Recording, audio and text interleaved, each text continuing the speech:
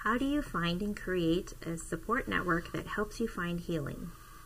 Today, Geoff and I are going to talk about how to connect with others and create a network of support that can help you find hope and healing after the loss of your baby.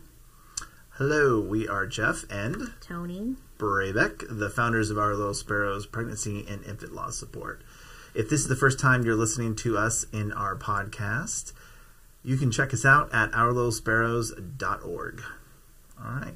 Well, Toni, I am looking forward to today's discussion about support and support groups, networks. Looking forward to hearing about what you have, what your thoughts are on that. What is the purpose of finding and creating your support network? Mm-hmm. Well, I think as humans, we were not meant to bear burdens and grieve alone. So we need the support of others around us. We need community. And it's helpful in our healing process to have the support of our family, our friends, and those around us. Yeah.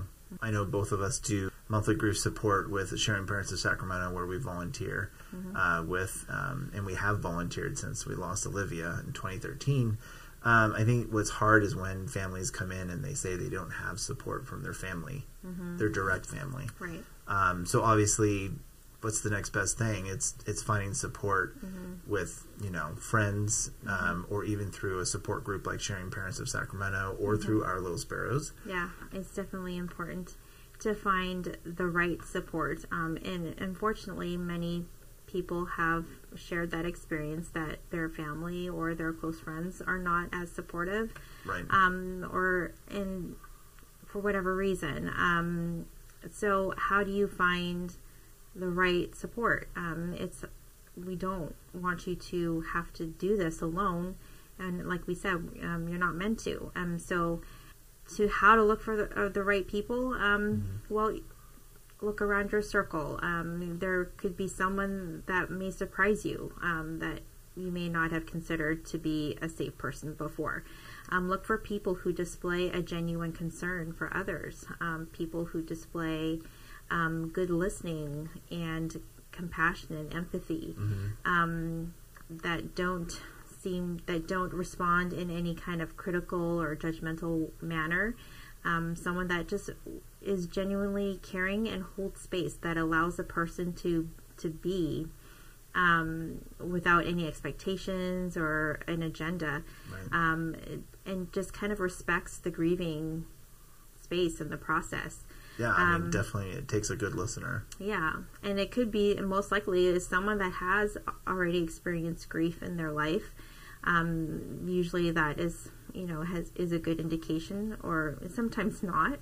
But if you sense that they have those qualities, and that they have had a loss in their life, that is maybe someone that you could approach, or maybe just start building a rapport with, a bond, and then that might lead to more support for you. Yeah, I definitely think there's a difference between people that are comfortable in their grief. That means talking about it, sharing about it, the good, the bad, and the ugly, versus people that are uncomfortable in their grief. I mean, that's probably not a safe person. Right. Yeah.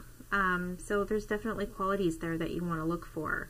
You want to have a support person, try to have a support person in the different areas of life that you have, someone in the workplace, that you can know, that you can trust. That's a good point. And not necessarily someone that, you have to be really close with, and you have to divulge all of your, inner, yeah, I mean, hard parts. Sometimes you need that separation between work. Yeah, and so that just depends on your level of comfortability and the type of work that you do with this person. But it is nice to have someone there that understands that maybe you might have some needs to, like a need to take a break a little more frequently from your, whatever work that you do. It just is depending on what you do and what your work environment is. If it allows for that, it's just nice to have someone that is in your workplace that kind of has that understanding of what you're going through, and can just, just be someone, just kind of be like, just to give you that kind of like that support. Right. If you need to go cry, Right. that person understands why, and you don't feel like you need to explain yourself to that person. It's just nice and refreshing to have someone, at least one person there that would have that kind of understanding. Someone in your, hopefully your inner circle of family and friends, that's someone you can talk to if you go to a church, maybe someone there from like a leadership, or someone that, you see as maybe kind of like a mentor, that you could talk to. You want to try and look for people in different areas of life that you are involved with, because you're going to need support in those areas. You obviously want to make sure that you feel safe with that person. Those are definitely things, you want to look for. And it can be individuals. It can also be support group. If your church has one, or if your local hospital offers a support group for pregnancy and infant loss, that's awesome. It's not always there. So you might actually kind of have to advocate for your own support network. You really have to put that in place if that's what you really want. These are good steps to start looking for that. There are a lot of support groups online, which are helpful. Yeah, I'd say Instagram is probably a really good resource. Just searching on Instagram, like you find miscarriage tons. or pregnancy loss, those kinds of things. You get connected to a lot of different resources, and there most likely will be one to where you feel like you can identify with and relate with fairly well. It's just depending on what you are wanting and what you prefer, and you will have different needs for different times of your life. So maybe the online support is really good for you right now, but if, maybe later on you might want more in-person support, and also the support of like a counselor or pastoral care. I'm sure, when connecting with people and putting trust and faith in another person with your emotions, your pain, there can be some drawbacks per se to connecting with other people on that level. Yeah. What do you perceive as some of the drawbacks in doing such a deep, intimate thing with someone else and trusting them with your thoughts and your feelings? Yeah.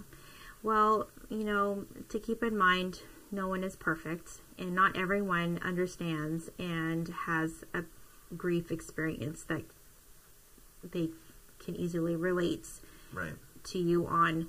And everyone's way of grieving and dealing with grief is different. Yep. So if you put yourself out there more, and you're going to meet, interact with different people, and you're trying to gauge, is this person someone that I can trust, or is this person just going to be an acquaintance, or can this be, nurtured into a deeper friendship? You're going to, interact with people that say the wrong thing.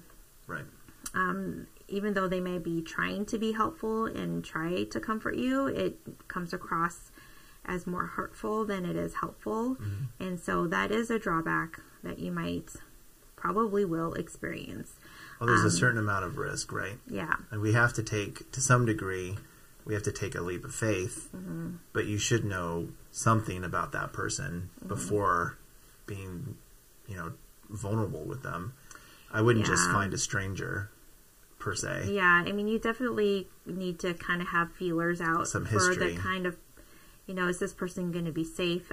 Is this person going to be understanding of what I'm going through? And you only know so much as much as you can, and you just make the best decision that you can with this person. But if you feel that this person isn't safe, or even just kind of that first interactions, they see something that tells you that this may not be the best fit, then be okay with that, acknowledge that, and then keep looking, move on. Right. Not saying that write them off, but just they're not going to be that support for you, for and your that's situation okay. in the moment. Yeah, there's drawbacks, but there's obviously a lot of benefits to being that vulnerable with a person that you're looking for, support. Yeah. What are some of the top, per se, benefits that you perceive in taking that risk, taking that leap of faith, right? Yeah, definitely. Well, you definitely will feel less alone.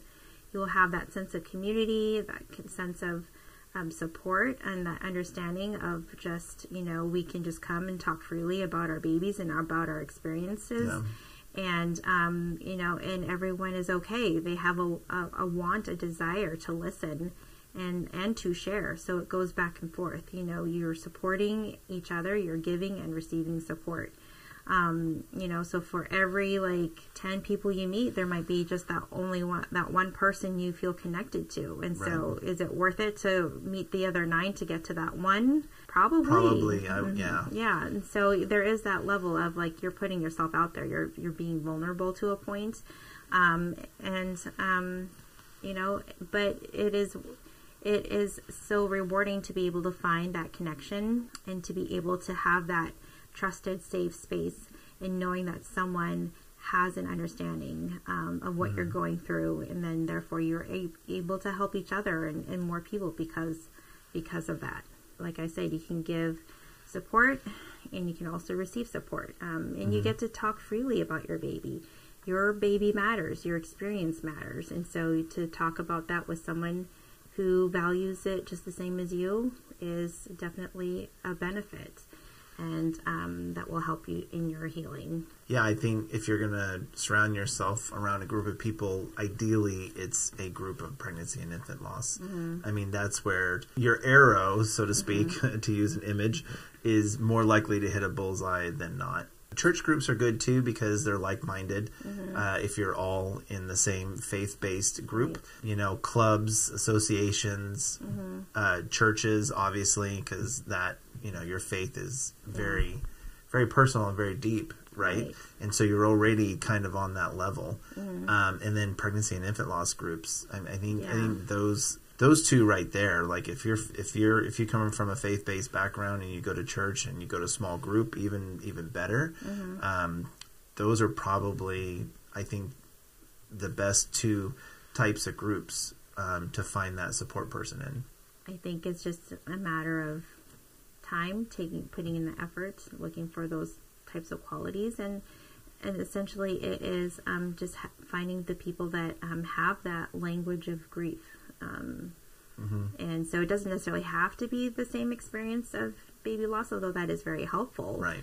But we've gained support from people that have not had pregnancy loss, but they have experienced grief.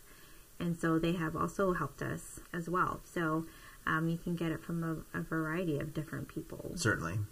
In our next podcast, we're going to be discussing the benefits of sharing your baby and how it can help you heal. We're going to go more in depth in the next one. Sounds great. If you got value out of this episode and want to listen to another podcast video, you can click or tap up above. If you click or tap down below, you can go deeper in our grief series with Toni and I, the pregnancy journey, grieving from diagnosis to the loss of your baby and beyond. Thanks for joining us.